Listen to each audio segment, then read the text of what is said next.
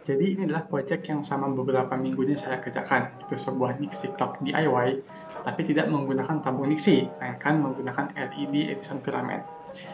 Jadi jam Nixie itu sebenarnya dia menggunakan tabung khusus yang berisi gas neon. Untuk angkanya itu terbuat dari kawat tipis dan menyala dengan cahaya yang umumnya itu berwarna orange atau putih hangat. Nah, dari dulu tuh saya suka banget sama lampu-lampu seperti ini. Karena dia tuh temanya seperti vintage, retro, steampunk, seperti itu. Tapi masalahnya, top ini tuh susah untuk kita cari di pasaran sebetulnya.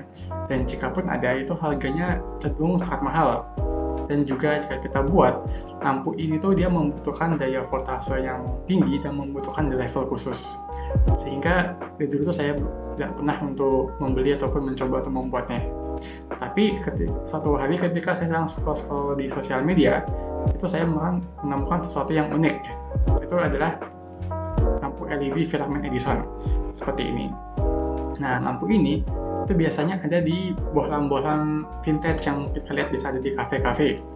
Tapi pas saya cek tuh ternyata dia memiliki ukuran yang sangat beragam, dan salah satu itu ada yang paling kecil yaitu di sekitar 12 mm sekecil ini. Nah, ketika saya cari tahu spesifikasinya, dia tuh bisa menyala di 3,3 volt, sehingga cocok dan mudah jika kita gunakan untuk project kita. Lalu warnanya itu juga dia tuh ada banyak opsinya, misalnya seperti ada warna ungu, hijau, biru, putih, ataupun yang berwarna putih hangat, sehingga ini sangat cocok ketika saya pikir. Nah, jadi lampu ini itu saya berpikir ini bisa nih kita buat seperti 7 segment LED dengan menggunakan kawat tembaga supaya dia tuh ada seperti semi-semi transparan dan mirip seperti tabung Dixie. Nah, jadi melalui hal itu saya coba untuk membuat project ini. Jadi langkah pertama itu adalah mencoba untuk membuat prototipe dari 7 segment ini. Nah, ini adalah 7 segment yang udah jadi.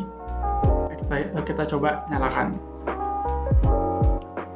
Untuk kendalinya di sini saya menggunakan IC, yaitu menggunakan IC SN74HC595N yang merupakan shift register 8 bit.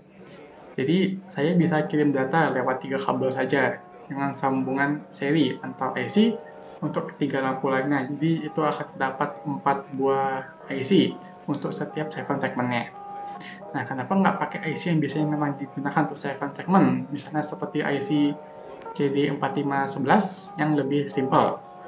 Soalnya di sini tuh saya ingin agar LED itu tidak hanya menampilkan angka dari 0 sampai 9 saja, tapi juga bisa huruf-huruf dan bentuk-bentuk lainnya untuk mungkin di project selanjutnya jika mungkin saya ada ide lainnya. Nah, lalu kita coba untuk merangkai lagi ke 4 7 segment LED-nya.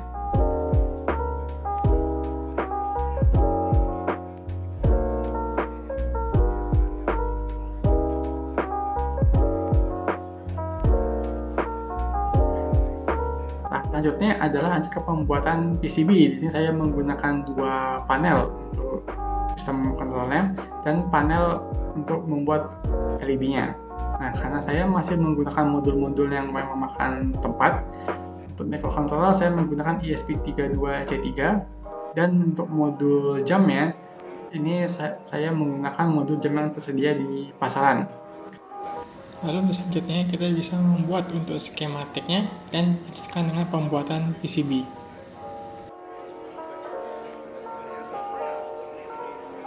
Yang kemudian akan kita rangkai dan akan jadi seperti ini hasilnya. Jadi berikut untuk PCB-nya, ini untuk panel atas dan panel bawahnya. Lalu kita lanjut untuk di solder.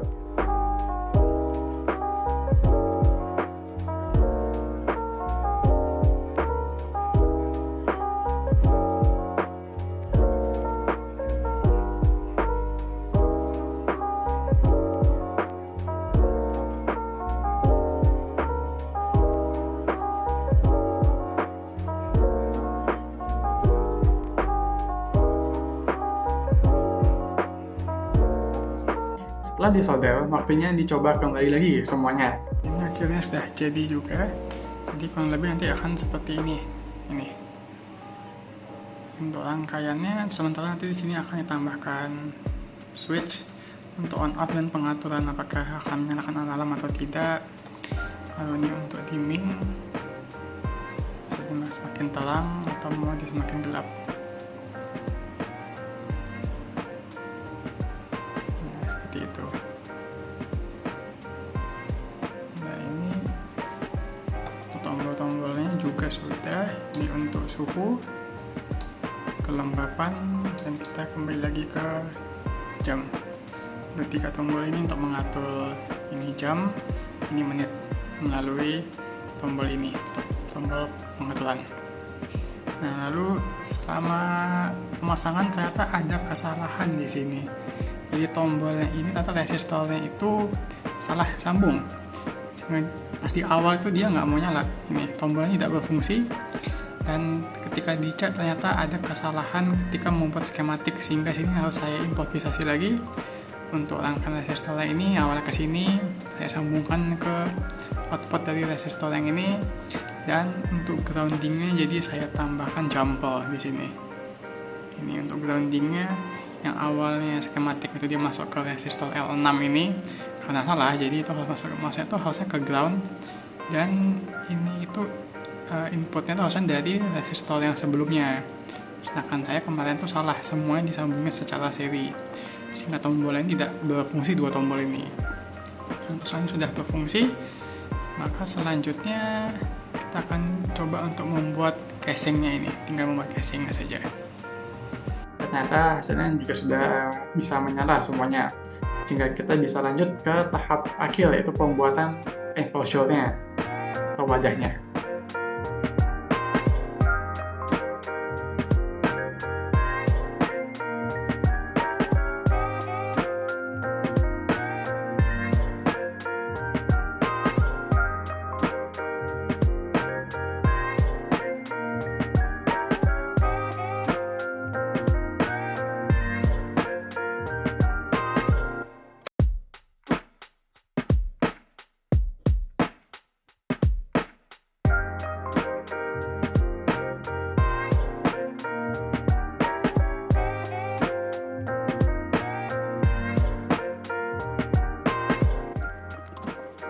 Oke, jadi ini sudah berhasil.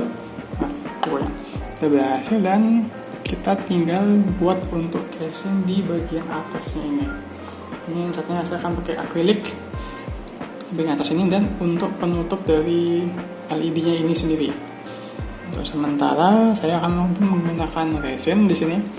Ini ada contoh yang saya buat, tapi kebetulan dia tuh kurang bening ternyata. Jadi kalau saya masukkan di sini, dia nggak kelihatan lampunya. Salah satu alternatif itu adalah dengan cara di coating lagi menggunakan epoxy sini. Nah, ini dia untuk hasilnya jadi lebih bening, cuman dia emang kelihatan tidak merata untuk warnanya ini. Nah, ini nanti mungkin akan saya coba lagi kira-kira bisa menggunakan apa. Oke, jadi ini sudah jadi. Sekarang kita tinggal memasang bagian atasnya. Di sini sudah menyiapkan sebuah akrilik bening yang dipotong supaya dia bisa masuk di area atas ini. Nah, ini sengaja saya pilih akrilik bening agar masih bisa kelihatan bagian dalamnya. Ini kita coba pasang dulu untuk penutupnya.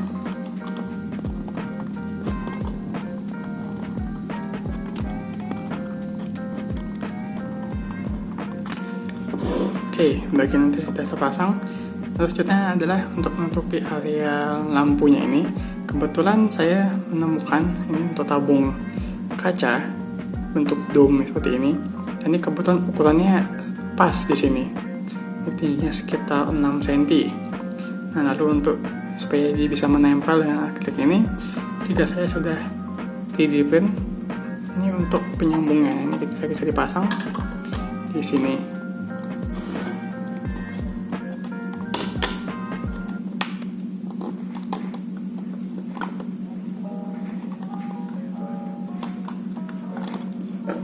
Ini selanjutnya bisa kita pasang di sini. Nah, seperti ini. Kita lanjutkan pasang untuk semuanya.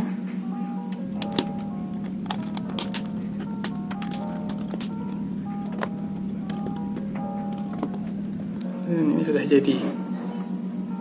Ini kenapa saya pilih untuk menutup kacanya, supaya dia menyerupai seperti lampu-lampu Nixie pada umumnya yang dia terdapat tabung kacanya. Nah, sekarang kita akan coba nyalakan dan lihat untuk hasil akhirnya. Oke, jadi ini adalah untuk hasil kita dirangkai. Di sini kalau kalian ngeh, warnanya beda ya. Di sini jadi lebih gelap seperti warna tembaga. Jadi dibandingkan yang sebelumnya ketika dirangkai untuk casingnya ini. Nah, jadi ketika sedang mencoba ternyata saya menemukan bahan PLA yang warnanya itu menyerupai tembaga di sini, seperti ini warnanya. Jadi setelah saya pikir ini sepertinya lebih cocok warnanya untuk jadikan sebagai casing yang ini. Nah, ini kita coba nyalakan. Nah, ini kita bisa atur tingkat kecahayaannya pakai knob di sini. Ini bisa kita putar jadi paling terang, atau mau kita gelapkan juga bisa. Nah, seperti ini jadi lebih gelap. Nah, lalu di sini ada tombol untuk alarm. Jika dinyalakan, maka alarm yang ketika kita set di jam berapa dia akan ada bunyinya. Kalau tombol set ini untuk mengatur angkanya. Ketika alarmnya off, ketika kita set, dia akan mengatur jam saat ini. Ini tombol untuk jam, tombol untuk menit. Jadi ketika alarmnya kita nyalakan, kita set ini akan mengatur alarm. Nah, ini contohnya, ini alarmnya jam 7.00. Ini kita bisa atur lagi nanti pakai tahan tombol set dan tekan tombol jam atau menit. Kita matikan lagi dulu alarmnya. Sini ada tombol untuk mode, untuk mengubah modenya. Sini mode jam. Ketika saya pencet ini mode suhu, nih 29 derajat Celcius. Ketika saya pencet lagi, ini akan mengubah ke mode kelembapan. Di sini 51%. Nah, ini kembali lagi ke jam saat ini. Ini untuk dayanya, di sini ada port Type C-nya.